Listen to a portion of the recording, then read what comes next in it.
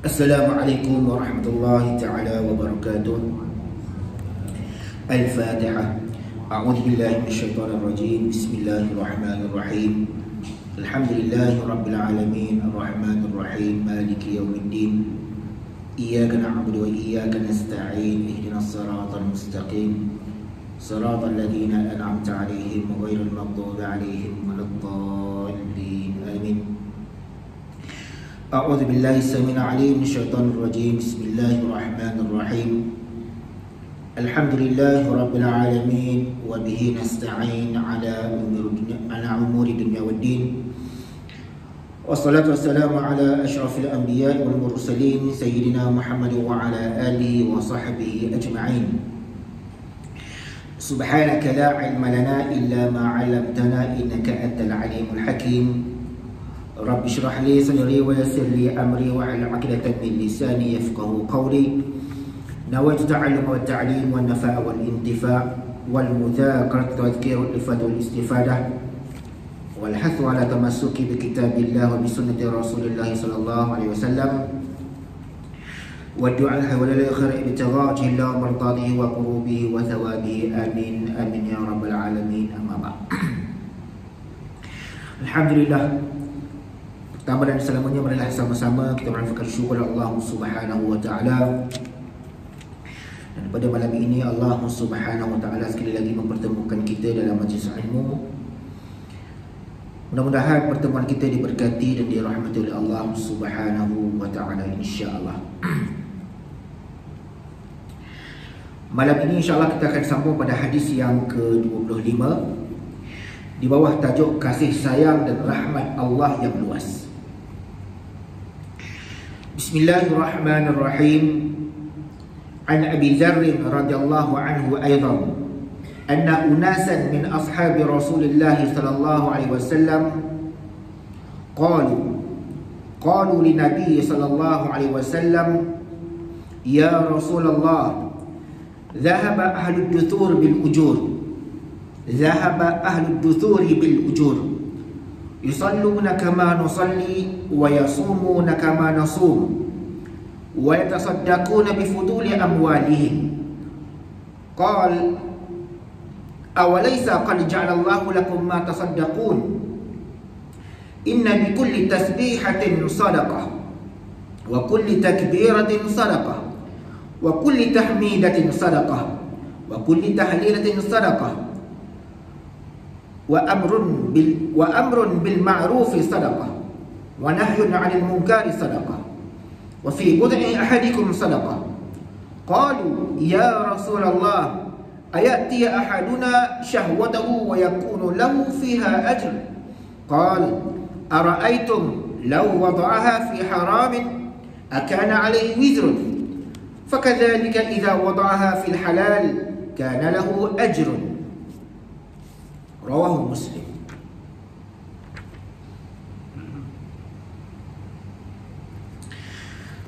Hadis yang diriwayatkan daripada Abu Dzar Al-Ghifari radhiyallahu anhu juga. Ditambah aidan juga ni, maksudnya hadis ini perawinya sama daripada hadis yang sebelum. Hadis yang 24 perawinya sama. Diriwayatkan oleh Abu Dzar Al-Ghifari radhiyallahu anhu. Dia berkata bahawasanya terdapat beberapa orang di kalangan sahabat telah menemui Nabi sallallahu alaihi wasallam dan berkata kepada Nabi sallallahu alaihi wasallam, wahai Rasulullah, orang-orang kaya telah pergi dengan membawa pahala yang banyak. Mereka bersolat sebagaimana kami bersolat. Mereka berpuasa sebagaimana kami berpuasa. Dan mereka bersedekah dengan kelebihan harta mereka, sedangkan kami tidak dapat melakukannya. Lalu Rasulullah sallallahu alaihi wasallam bersabda, bukankah Allah Subhanahu wa taala telah menjanjikan bagi kamu jalan yang banyak untuk bersedekah? Sesungguhnya setiap tasbih itu adalah sedekah, setiap takbir itu adalah sedekah, setiap tahmid itu adalah sedekah, dan setiap tahlil itu adalah sedekah. Menyuruh kepada yang ma'ruf adalah sedekah. Mencegah perkara yang mungkar adalah sedekah, dan mendatangi isteri kamu adalah sedekah. Lalu mereka bertanya, wahai Rasulullah, adakah sekiranya salah seorang daripada kami mendatangi isteri kami, yakni melakukan jima, juga mendapat pahala sedekah? Maka baginda sallallahu alaihi wasallam bersabda, apakah pendapat kamu sekiranya dia melunaskan syahwatnya dengan cara yang haram? Bukankah itu akan mendatangkan dosa? Maka demikianlah hal itu jika perkara tersebut diletakkan pada jalan yang halal, niscaya dia akan mendapat pahala. Hadis sahih riwayat Muslim. Hadis yang bagus tuan-tuan. Hadis berkaitan dengan kasih sayang Allah Subhanahu wa taala. Hadis yang ke-25 ini hadis yang mana perawinya sama yang kita dah baca pada bulan lepas, dan kita juga telah menyebutkan sedikit tentang biografi ataupun kita panggil sebagai manaqib perawi hadis, yang mana menjadi satu kemestian ataupun keperluan ataupun kewajipan bagi ilmu hadis. Bila mana kita membacakan sesuatu hadis, kena sebut nama perawinya. Kadang-kadang dalam mana-mana kitab hadis ataupun buku-buku ilmiah, ada buku ilmiah yang disebut sabda Rasulullah sallallahu alaihi wasallam, ataupun Rasulullah sallallahu alaihi wasallam bersabda tanpa didatangkan perawi hadis, tanpa dibawa siapakah orang yang mendapatkan ataupun mengambil hadis itu daripada Nabi. Jadi sebab itu penting untuk kita tahu secara adabnya dan secara disiplin ilmu, mengikut disiplin ilmu hadis. Bila mana kita nak menulis hadis ataupun nak meriwayatkan hadis, ataupun kita nak menyampaikan hadis, sama ada dalam bentuk poster ke, banner ke, ataupun dalam bentuk apa-apalah sebaran untuk kita nak berdakwah kepada orang, jangan tinggal untuk kita meletakkan nama perawi hadis. Daripada Abu Hurairah, daripada Abu Zar, daripada Uthman bin Affan, contoh, daripada Abdullah bin Mas'ud, letakkan nama sahabat, letakkan nama perawi hadis. Itu penting dalam dari sudut disiplin ilmu. Dan kemudian bila kita belajar ilmu, kita kena kenal siapakah sahabat Nabi ataupun siapakah perawi hadis yang mengambil hadis daripada Nabi sallallahu alaihi wasallam. Siapakah dia? Sedikit sebanyak kena tahu latar belakang, kena kenal sahabat. Kita dah pernah cerita sebelum ini, sahabat Nabi sallallahu alaihi wasallam yang jumlahnya ratusan ribu, ada yang kata 200,000, ada yang kata 124,000, dengan beberapa jumlah yang saya pernah sebutkan sebelum ini. Tetapi paling tidak kurang-kurang 10, 20, 30 orang ataupun perawi-perawi hadis yang namanya biasa kita dengar. Abu Hurairah, Ibnu Mas'ud, Ibnu Abbas, Ibnu Umar, Abu Zar dan sebagainya. Sekurang-kurangnya kita dengar nama dia, kita tahu apa latar belakang dia, apa sejarah dia, apa cerita dia. Sebab ini kebanyakan orang zaman sekarang ni dah jauh dari, memang dari sudut tahun ataupun timeline kita, masa kita memang jauh dengan Nabi, jauh dengan sahabat. Tapi kalau nama ini tak disebutkan, cerita mereka, sejarah mereka, sejarah kegemilangan mereka tidak disebutkan, tidak diceritakan, maka generasi akan datang tak kenal. Ada orang nama dia Umar, lalu juga orang nama dia Umar. Saya tanya, tahu tak Umar ni siapa? Nama siapa? Tak tahu. Nama Umar tak tahu. Di Lubnan, tak silap saya lah, di Lubnan ada seorang selebriti ni, dia letak nama anjing dia Ibrahim. Sampai macam tu. Sebab tak kenal. Nama Ibrahim nama mungkin popular di kalangan kampung dia, ke wilayah dia, ke tempat dia ke, sampai dia bagi nama anjing dia tu Ibrahim. Padahal itu nama yang mulia, nama Nabi. Sampai macam tu. Kalau kita ini kalau kita pergi belah-belah Iran lah, yang mengutuk sahabat dia ramai lah, orang-orang Syiah ni. Dipuji Ali je. Umar, dia melaknat Umar, melaknat Abu Bakar, melaknat Aisyah. Nama-nama ini, sebab tu mereka meletakkan nama-nama sahabat ini di tempat-tempat yang tidak sepatutnya, yang tak perlu kita ceritalah, tidak sepatutnya. Jadi sampai macam tu, mereka melaknat sebagainya. Jadi kalau kita tak bawa sejarah, kita tak betulkan sejarah, benda yang disebarkan, benda yang diviralkan, fitnah ke atas sahabat, cerita buruk, cerita negatif ke atas sahabat, kita tidak sampaikan kepada generasi kita, kepada masyarakat, maka lama kelamaan orang tak kenal sahabat, orang tak tahu sahabat. Macam kita pernah sebut sebelum ini, bulan lepas, Abu Zar Al-Ghifari radhiyallahu anhu, dia asal usulnya sebelum dia masuk Islam, dia ni gangster, dia ni qati'un tariq, samsing jalanan. Qati'un tariq ni samsing jalanan zaman dia belum masuk Islam. Tapi Abu Zar Al-Ghifari, dia tak pernah sembah berhala. Walaupun gitu, walaupun dia nakal, walaupun dia zaman jahilah lah, dia cerita, tapi kita jangan tengok dari sudut negatif tu. Itu sebelum dia Islam. Tapi dengan sebab itulah kita sebutkan hidayah ini milik Allah Subhanahu Wa Taala. Allah boleh pilih gangster jalanan ke, samsing jalanan ke, Allah boleh bagi hidayah kepada mereka. Ada orang yang baik, dengar Nabi baca Quran hari-hari, bersama dengan Nabi, dakwah dengan Nabi, tapi dia mati bukan dalam Islam. Dia mati dalam kekufuran. Dia mati tak masuk Islam. Dia mati tak masuk Islam. Ramai.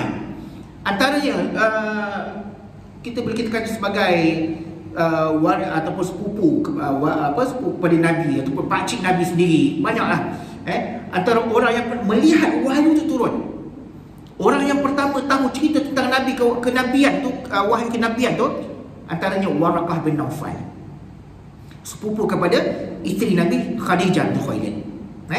Dia tahu Nabi, dia baca kitab Taurat, dia tahu Nabi ni, tapi dia tak sempat masuk Islam. Dia mati dalam kekufuran. Jadi tuan-tuan, tak mustahil hidayah ini milik Allah Subhanahu Wa Taala. Allah boleh berikan hidayah kepada siapa-siapa, samsing jalanan ke, kepala gangster ke, siapa ke, Allah boleh bagi. Abu Zar Al-Ghifari, dia terkenal daripada Bani Ghifar sebagai ketua samsing, sebagai qati'ut tariq, sebagai samsing jalanan. Orang lalu nak pergi berhijrah, orang lalu nak pergi berdagang, lalu kawasan kampung dia, mesti kena pau, mesti kena rabut sebagainya. Bila dia masuk Islam, kita dah ceritakan panjang kan, saya nak ringkas dalam malam ni. Jadi bila dia datang ke Mekah, dia masuk Islam, bila dia masuk Islam, dia kata, ya Rasulullah, apa aku nak buat sekarang? Aku nak masuk Islam, apa aku nak buat? Rasulullah kata, kamu balik kampung kamu senyap-senyap, pergi dakwah pada kampung kamu, jangan bagi tahu kamu dah masuk Islam. Tapi Abu Zar kata, aku tak akan balik kampung, aku tak akan balik ke kabilah aku selagi mana aku tidak isytiharkan keislaman aku. Ini samsing ni, dia samsing masa jahiliah, tapi ditunjukkan kehebatan dia bila dia masuk Islam. Dia pergi dekat Kaabah, ya ma'syar Quraisy, anni asyhadu an la ilaha illallah. Dia isytiharkan keislaman dia. Dengar Abu Jahal, dengar pakar-pakar orang Quraisy datang, habis, keroyok dia habis, pukul dia sampai berdarah-darah apa semua. Datang Sayyidina Ali rawat dia, bawa balik ke rumah, rawat dia. Lepas tu dia keluar balik, dah elok, lepas 2-3 hari tu dah elok, dia keluar balik, diisytiharkan lagi. 2-3 kali dia buat macam tu. Beraninya Abu Zar Al-Ghifari, dan dia orang pertama yang isytiharkan keislaman dia. Padahal masa tu ramai dah masuk Islam. 3 tahun yang pertama awal kenabian tu, ramai dah masuk Islam. Abu Bakar dah masuk Islam, Sayyidina Ali dah masuk Islam, beberapa sahabat yang lain, Uthman pun dah masuk Islam. Tapi mereka sembunyi-sembunyi. Berbeza dengan Abu Zar Al-Ghifari, dia pergi ke depan Kaabah tu, dia isytiharkan keislaman dia. Sampai last kali orang dah tak larat nak pukul dia, datang Al-Abbas, pak saudara Nabi, datang Al-Abbas kata, jangan pukul dia. Dia ini adalah daripada Bani Ghifar. Kita nak pergi berniaga, kita akan lalu kampung dia. Kita nak pergi berniaga, kita akan lalu kawasan dia. Takut-takut nanti dia kena pukul, dia mati nanti, kaum dia, kabilah dia akan tuntut balik, akan balas dendam pada kita, dan kita pun apa pun tak dapat. Jadi orang pun berhenti pukul dia. Bila dia balik kampung dia balik dekat kabilah dia, satu kampung masuk Islam. Hebat tak hebat Abu Zar Al-Ghifari? Ini kisah yang kita dah cerita tu. Orang jarang zaman sekarang, tuan-tuan cuba cari ada orang nama Abu Zar. Saya rasa jaranglah jumpa. Ada seorang ustaz kawan saya adalah seorang nama Abu Zar, dia Imam Masjid Shah Alam. Imam Masjid Shah Alam sekarang ni. Abu Zar, Ustaz Abu Zar. Tapi nama tu agak jarang. Tapi tuan-tuan, itu bukan nama sebenar dia. Nama sebenarnya adalah Jundub bin Junadah. Saya tak nak cerita panjang lah, sebab kita dah sebutkan. Nama sebenarnya adalah Jundub bin Junadah. Digelar sebagai Abu Zar Al-Ghifari sebab dia daripada Bani Ghifar. Dia balik kampung dia, dia balik kabilah dia, satu kampung masuk Islam. Hebat tak hebat? Satu kampung masuk Islam. Cuba kita, kan? Kita berdakwah sikit pun orang cakap, tujuh alim lah tu, baru datang surau, baru duduk kuliah, tujuh hebat tu kan. Habis kita kena, lepas tu dah berajuk, tak nak lah hantar, tak nak dah datang, tak nak lah cakap kan. Abu Zar Al-Ghifari ni, bulan lepas saya tak ingat saya cerita part mana lah, cerita dia banyak lah tentang Abu Zar Al-Ghifari ni.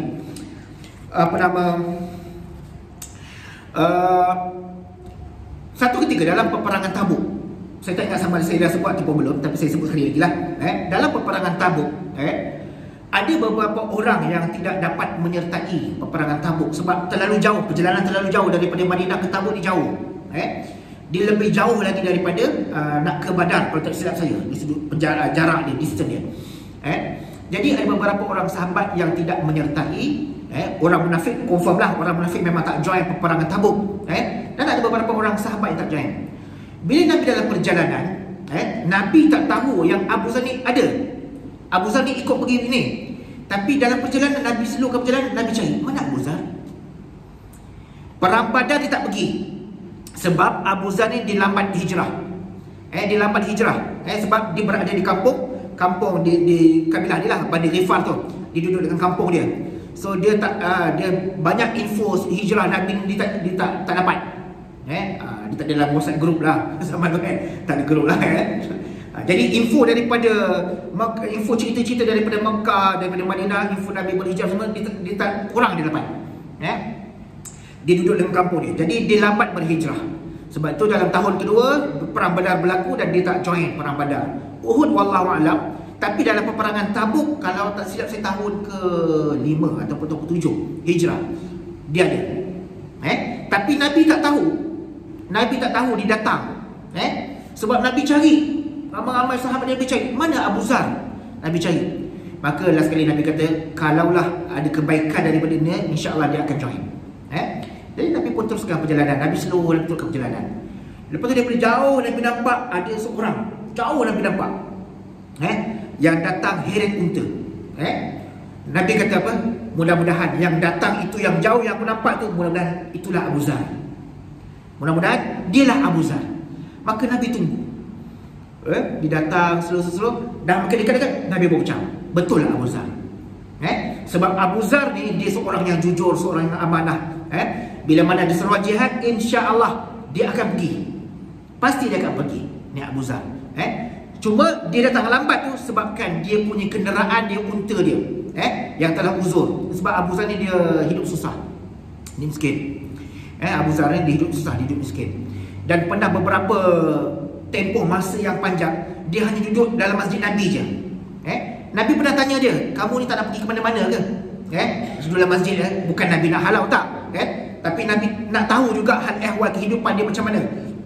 Abu Zar kata, kalau aku tak aku tak duduk dalam masjid ni, aku nak ke mana lagi? Maksudnya Abu Zar ni dia memang susah. Selepas dia tinggalkan kabilah dia, dia ikut Nabi berhijrah, dia pergi hijrah ke Madinah, hidup dia susah. Zaman Sayyidina Uthman jaga dia. Uthman jaga kebajikan dia, dan Uthman hantar dia ke Syam untuk jadi qadi, untuk jadi apa? Untuk jadi hakim di Syam, di bawah gubernur Muawiyah. Muawiyah jaga gubernur Syam dan dia duduk bawah Muawiyah. Tapi dia banyak cerita dia ni banyak menyusahkan Muawiyah. Bukan disebabkan Abu Zar ni perangai ni, tak. Sebab Abu Zar ni dia terlalu zuhud. Dia terlampau zuhud, dia terlalu zuhud. Dan itu dah keistimewaan, kemuliaan Abu Zar yang tak dipertikaikan oleh sahabat. Sebab Nabi pernah sebut Abu Zar ni seorang yang lemah. Lemah dari sudut apa? Bukan lemah dia tenaga, tak. Sebab dia terlalu zuhud. Dia terlalu warak sangat. Bila ada harta, sebab zaman Osman, zaman Khalifah Osman ni, orang Islam dah kaya. Zaman Osman, orang Islam dah kaya. Kita akan cerita dalam hadis ini, kaitan dia nanti. Orang Islam dah kaya, dah hebat. Masjid Nabawi pun dah di renovate dengan tiang-tiang perak dan sebagainya, dah ada dinding, dah ada bumbung dan sebagainya.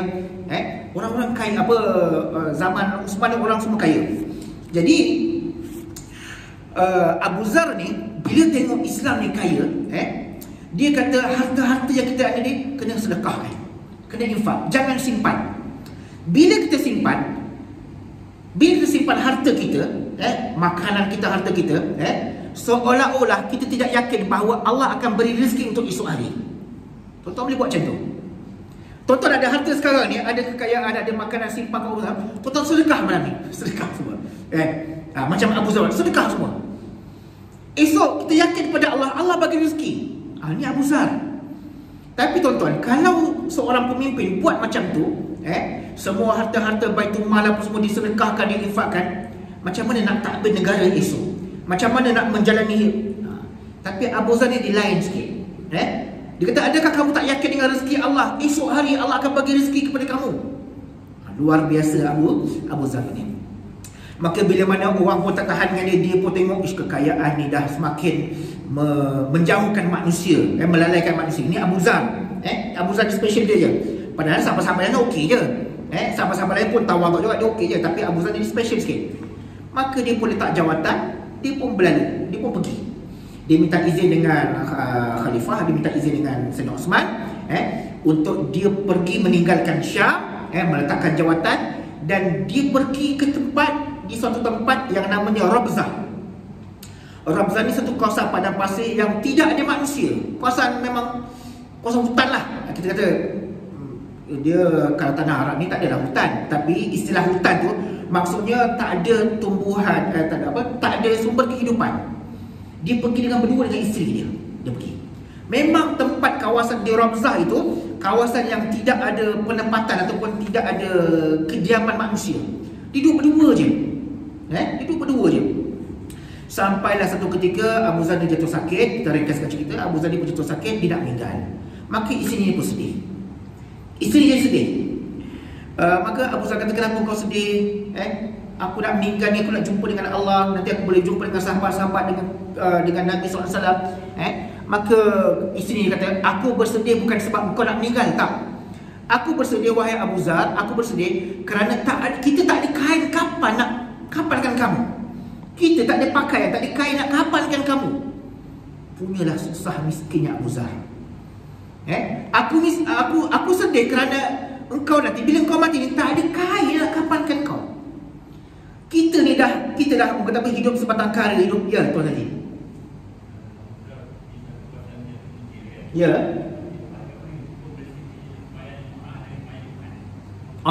Itu tak disebutkan dalam sirah lah. Wallahu a'lam, tak disebutkan dalam sirah.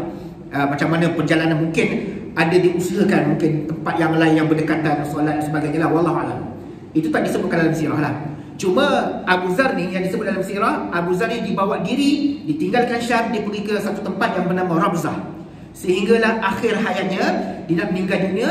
Maka dia pesan pada isteri dia, tolong bawa, bila aku meninggal dunia, tolong angkat jenazah aku, letak di kawasan tanah yang lapang. Mungkin di tengah-tengah jalan begitu. Mudah-mudahan ada rombongan yang jalan di situ, nampak jenazah aku, mungkin dia akan uruskan. Sebab isteri dia kata, kita tidak ada kain kapan untuk nak uruskan, untuk nak kebumikan.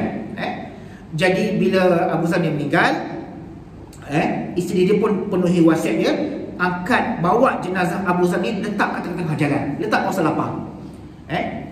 Dengan harapan mudah-mudahan adalah kafilah ataupun rombongan yang datang daripada Mekah ke ataupun Madinah yang lalu di situ, singgah di situ, dapat melihat jenazah Abu Zar dan uruskan dia.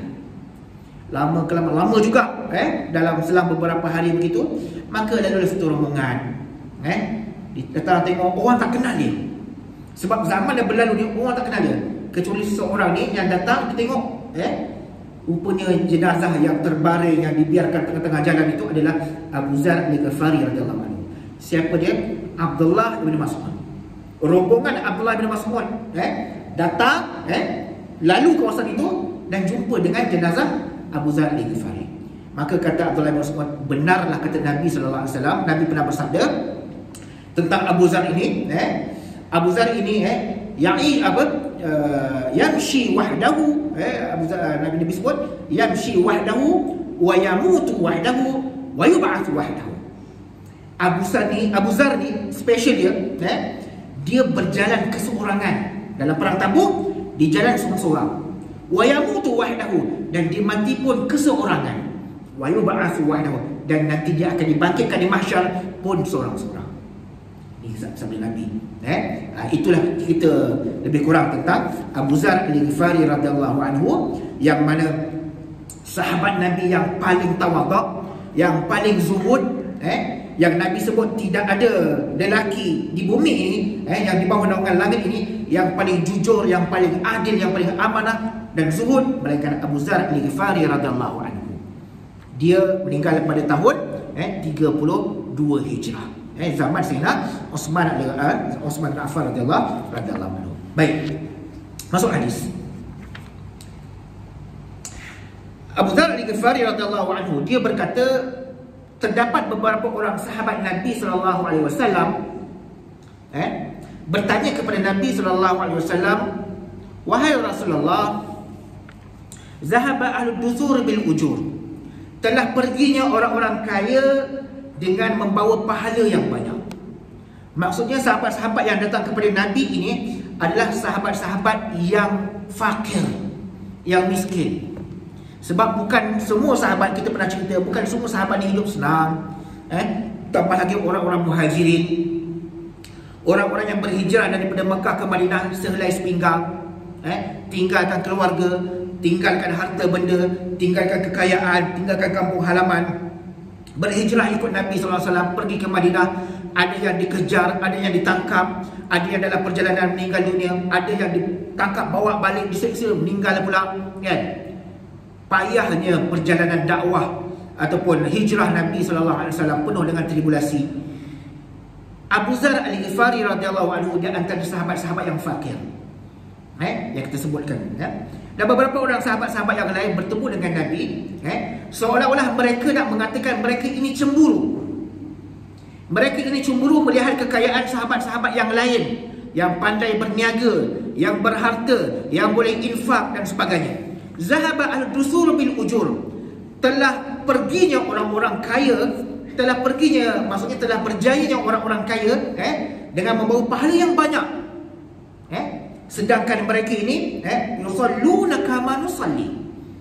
Mereka solat, kami pun solat. Solat yang sama. Wa yasumuna kama nasum. Mereka berpuasa dan kami pun berpuasa. Cuma wa yatasaddaquna bi amwalihim. Mereka bersedekah, mereka infak dengan kelebihan harta mereka, sedangkan kami tidak mampu untuk melakukan demikian. Ini sahabat-sahabat Nabi cemburu, rasa cemburu. Kita tak ada lah macam tu, kan? Orang kaya boleh lah dia bayar zakat, orang kaya boleh dah diinfak, kan? Kita kan cakap betul dan kita pun tak boleh buat apa-apa. Sedangkan Nabi sebut apa? Awalaisa qad ja'alallahu lakum ma tasaddaqun. Bukankah Allah Subhanahu wa taala telah menyediakan jalan kebaikan, jalan untuk bersedekah itu banyak. Bukan hanya dengan harta benda sahaja. Memang orang kaya ini mereka ada kelebihan. Memang orang kaya ni sebut saja, "Ustaz, saya nak bina surau, saya nak buat madrasah. Ustaz, saya tak cukup untuk nak beli kelengkapan masjid, surau dan sebagainya. Boleh tak nak minta infak apa?" Laju kan. Tuan Haji saya laju. Saya dulu pernah jadi imam di sebuah surau. Pernah satu ketika saya nak buat mesyuarat dengan ejika surau, kita nak buat menara azan.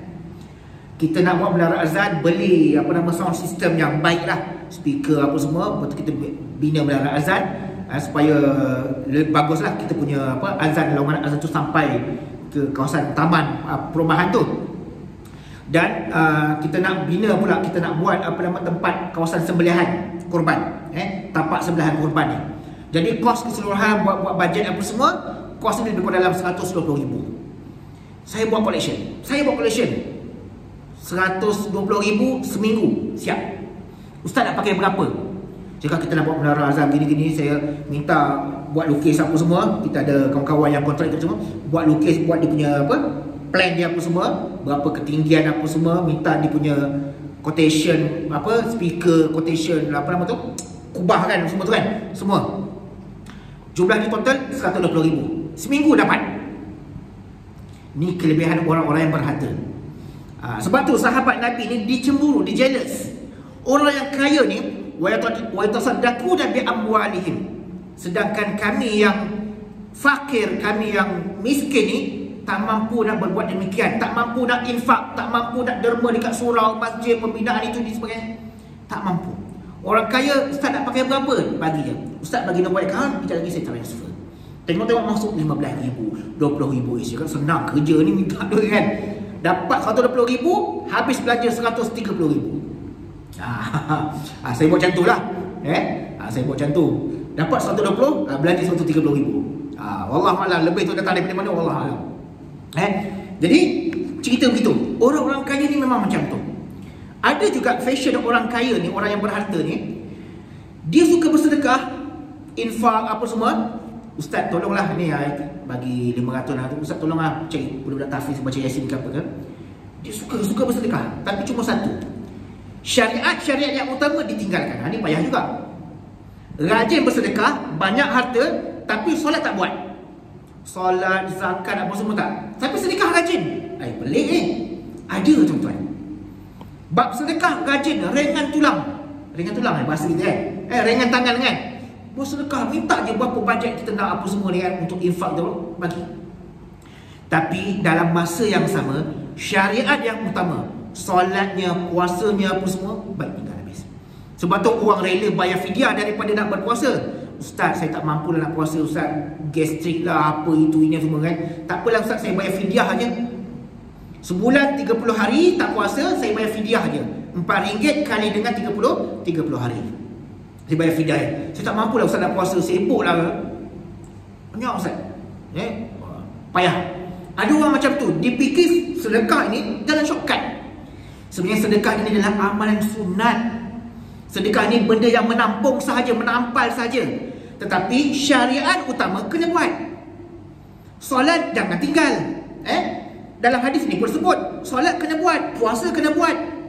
Cuma dalam bab sedekah ini kelebihan masing-masing. Bab infak, bab derma, bab sedekah, kelebihan masing-masing. Dan Nabi kata jalan sedekah itu banyak. Inna bi kulli tasbihatin sadaqah. Setiap tasbih itu adalah sedekah. Tasbih disebut di sini adalah ucapan subhanallah. Satu subhanallah, dalam hadis yang lain disebut satu subhanallah, satu pohon Allah bina di syurga. Wa kullu takbiratin sadaqah. Setiap ucapan takbir itu sedekah. Azan 2 minit.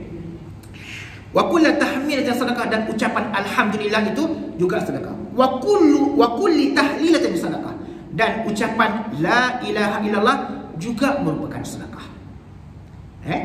Sebab dalam bab ini ditekankan adalah amal zikir. Orang yang fakir, orang yang miskin, baik orang yang kaya, tua muda, susah senang, benda ini tak boleh elak. Benda ini tak boleh bagi alasan.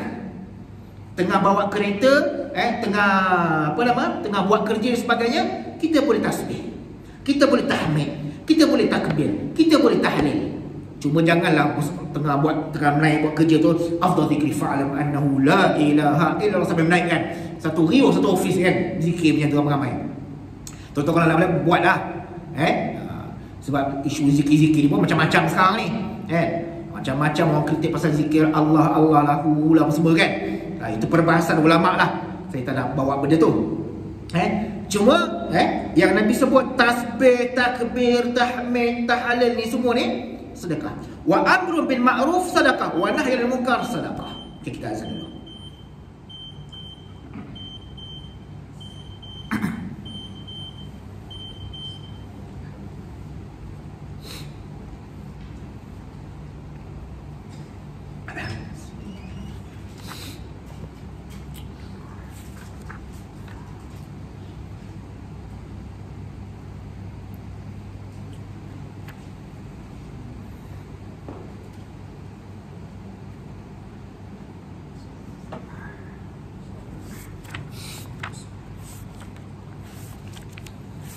Allahu Akbar, Allahu Akbar.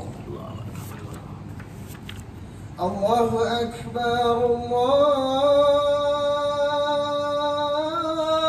Akbar.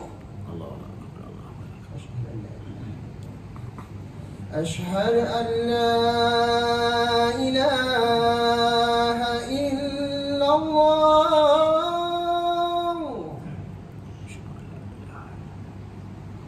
Ashhadu an la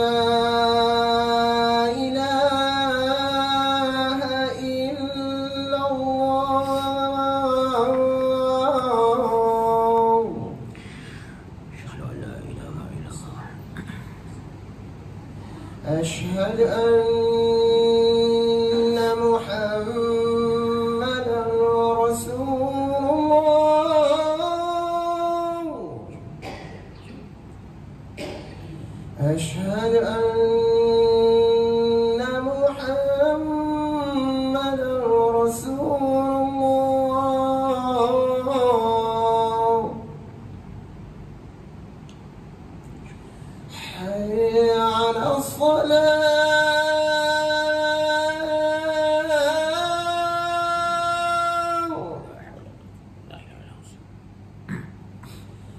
حي على الصلاة.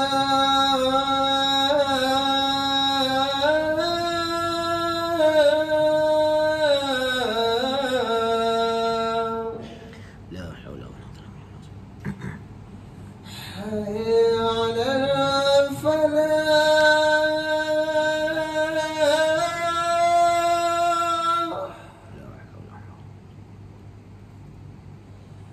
حي على الفلاح.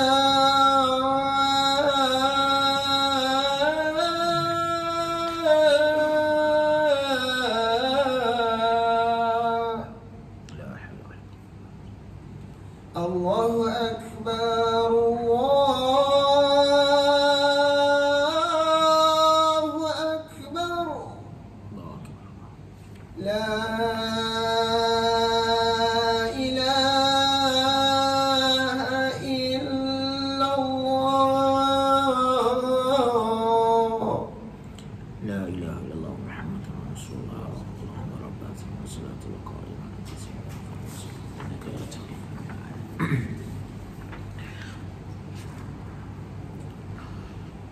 Qala sallallahu alaihi wasallam, awalaysa qad ja'alallahu lakum ma tasaddaqun, inna bi kulli tasbihatin sadaqah wa kulli takbiratin sadaqah wa kulli tahmidin sadaqah wa kulli tahlilatin sadaqah.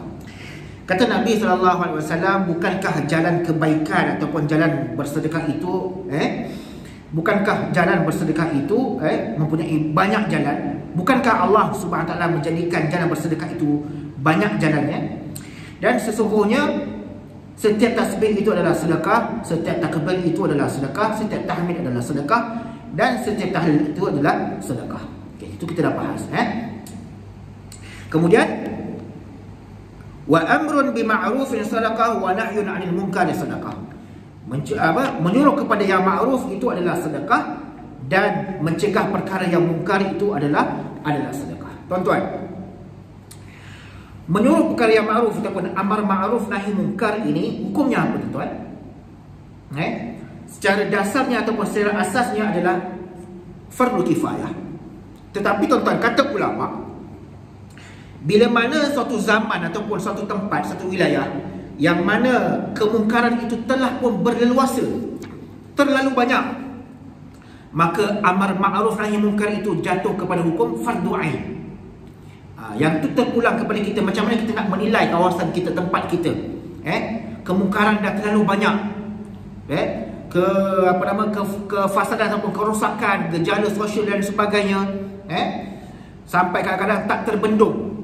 Benda yang pelik-pelik, dengan ajaran sesatnya, dengan budaya songsangnya, dengan LGBT-nya, macam-macam. Itu belum kira lagi daripada puak-puak ekstremis lah, macam-macam. Puak-puak Daesh lah apa semua ni kan, baru ni tadi yang kena tangkap kan. Tuan-tuan tengok berita lah, yang dekat kampung saya, Kuala Tiram tu. Kampung saya ni macam-macam ada. Daesh lah apalah. Alhamdulillah saya selamat tuan-tuan. Amar ma'ruf nahi munkar sampai satu masa, sampai satu ketika dia jatuh hukum fardu ain. Maksud fardu ain ni semua orang bertanggungjawab, semua orang di kalangan kita bertanggungjawab untuk amar ma'ruf nahi munkar. Bukan hanya kita berpegang kepada ni fardu kifayah, biar ustaz je yang berdakwah, biar ustaz je yang buat kerja amar ma'ruf nahi munkar. Tak.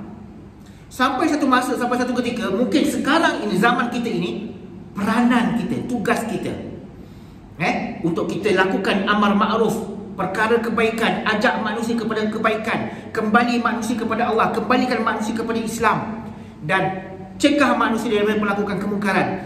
Kerja semua orang, bukan kerja kita, kerja semua orang. Gunalah dengan apa cara sekalipun, bidang masing-masing, kepakaran masing-masing, untuk kita sampaikan dakwah. Kalau ada orang boleh berceramah, ceramah. Ada orang pandai menaik, naik. Pandai menulis, tulis. Ada orang pandai bagi nasihat, nasihat. Ada orang pandai buat itu, buat ini, ikut kepakaran dan bidang masing-masing. Ada orang pandai menggunakan IT, teknologi, pandai menggunakan AI. Tahu AI? Artificial Intelligence. Gunakan tuan-tuan, teknologi dah ada zaman sekarang ni. AI ni senang tuan-tuan. Saya dapatlah belajar sikit-sikit. Nak buat itu, nak buat video, nak buat ini, nak buat gambar, senang sangat. Nak buat lagu, tak sampai 5 minit boleh buat satu lagu. Kalau nak buat lagu lah. Nak buat video pun boleh. Nak buat gambar pun boleh. Gambar real sebiji. Baru ni tersebar satu video, satu rakaman video. Orang kata video ni zaman Fir'aun dulu. Saya ada share lah. Satu video tu, rakaman video. Padahal itu AI. Itu orang buat guna AI. Gambar Fir'aun, orang-orang Mesir ni angkat batu, bina piramid apa semua. Kalau pakai logik kita lah, mana zaman dulu ada kamera, ada drone, ada apa teknologi apa semua, gambar clear. Tapi kalau orang tak tahu AI, dia kata, biar betul ni kan. Si ada crane lagi angkat batu apa semua. Wah, canggih betul zaman Fir'aun dulu ada crane kan. Tapi itu teknologi AI, orang boleh buat sebiji. Nampak sebiji macam real. Kalau buat lukis, buat kita gunakan prompt, kita sebut prompt, dia punya skrip itu, prompt tu, buat gambar sebiji. Tuan-tuan nak gambar apa, sebiji keluar. Muka manusia habis. Tuan-tuan ingat itu gambar orang hidup, orang betul. Padahal itu gambar AI. Sebab tu orang buat poster, banner, signboard dan semua dah pakai gambar AI je. Tapi kalau kita gunakan gambar tu untuk jalan dakwah, buat poster, buat apa semua dakwah, dia akan menjadi sedekah. Sebab Nabi sebut jalan sedekah ni banyak. Contoh yang saya pernah ceritakan tempat lain lah. Tuan-tuan, biasa kan kita guna highway, singgah dekat RNR kan. Kita singgah kat RNR, kita berhenti solat, berhenti rehat apa semua. Tuan-tuan cuba masuk surau-surau RNR. Solat di surau RNR, ke RNR ni. Tuan-tuan tengok dia punya sejadah. Yang perempuan tengok dia punya telekong macam mana. Sejadah, telekong. Kepam habis. Berbau kan. Bertai lalat apa semua. Tuan-tuan, kalau kita ada modal sedikit, belilah yang RM10 ke RM20, murah je, beli dalam 5 pasang, 5 set apa semua, datang letak dekat RNR. Pasti dan pasti akan ada orang guna sejadah tu.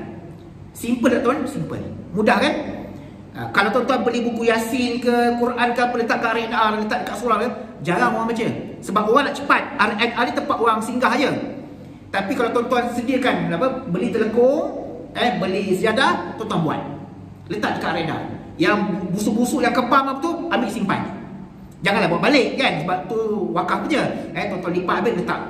Tapi letakkan yang baik, gantikan yang baik. Kalau tuan-tuan rasa nak basuh, ambil balik, basuh, letak balik lah. Jangan kebas habis semua. Basuh pula kena hantar RNR kan.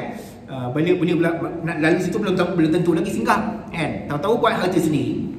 Itu sebagai satu contoh. Contoh bagaimana kita nak bersedekah dengan cara, kepakaran, kemampuan dan kudrat yang kita ada. Kita sebut tadi amar ma'ruf nahi munkar. Dan last kali yang Nabi sebut, wa fi bud'in ahadikum sadaqah. Qalu ya Rasulullah ayatiya ahaduna syahwatahu wa yakunu fiha ajr. Qala ara'aita law wada'aha fil haram akana wizrun fakadzalika idza wada'aha fil halal kana lahu ajr. Nabi kata mendatangi isteri pun merupakan sedekah. Maksudnya nafkah kepada isteri pun, nafkah zahir dan batin pun merupakan sedekah. Ini saya tak boleh syarah, tuan-tuan pun faham lah benda ni. Saya tak syarah. Zaman sekarang, hubungan suami, isteri, anak, kekeluargaan ni semakin rapuh. 2-3 hari ni, seminggu 2 ni tuan-tuan tengoklah isu penceraian dekat internet ni banyak bersepah. Macam-macam dok viral. Lepas seorang ni, esok seorang ni pula cerai pula. Saya dulu pernah mengajar kafah sekejap.